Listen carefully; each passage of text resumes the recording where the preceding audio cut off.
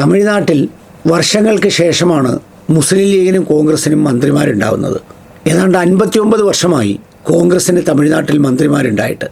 മുസ്ലിം ലീഗിനാകട്ടെ ചരിത്രത്തിലാദ്യമായിട്ടാണ് അവിടെ മന്ത്രി ഉണ്ടാവുന്നത്.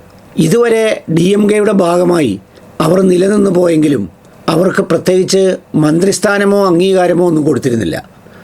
അവരെല്ലാവരും ഘടകകക്ഷിയുടെ ഭാഗമാണ്, മുന്നണിയുടെ ഭാഗമാണ് എന്നൊക്കെ പറയുന്നതല്ലാതെ അതിനപ്പുറത്തേക്ക് അവർക്ക് അങ്ങനെ ഒരു വലിയ പരിഗണനയൊന്നും കൊടുത്തിരുന്നില്ല. എന്നാൽ ഇപ്പോൾ വിജയ് വന്നപ്പോൾ അവരെ പരിഗണിക്കാനും മന്ത്രിയാക്കാനും തയ്യാറായി. ഞാൻ പറയാൻ വന്നത് മന്ത്രിയാക്കുന്ന കാര്യത്തെക്കുറിച്ചല്ല.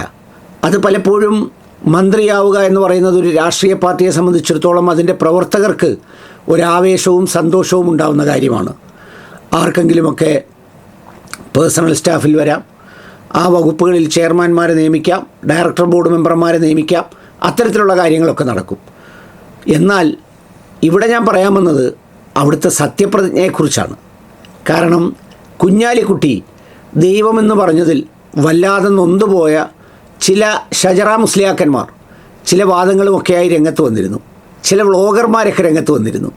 അപ്പോൾ തമിഴ്നാട്ടിലെ സത്യപ്രതിജ്ഞ എങ്ങനെയാണ് എന്നുള്ളത് ഒന്ന് കാണണമല്ലോ.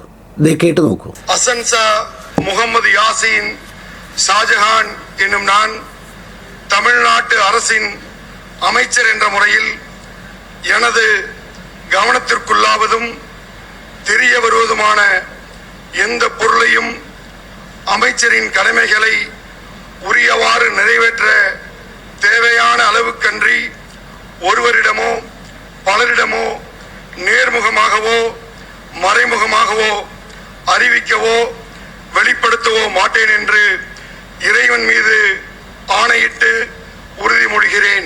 ഇറയവൻ മീതെ ആണയിട്ട്. ഇറയവൻ എന്നാൽ ദൈവം എന്നാണ് അർത്ഥം. ഇറയവൻ എന്ന് പറഞ്ഞാണ് അവിടെയും സത്യപ്രതിജ്ഞ ചെയ്തത്.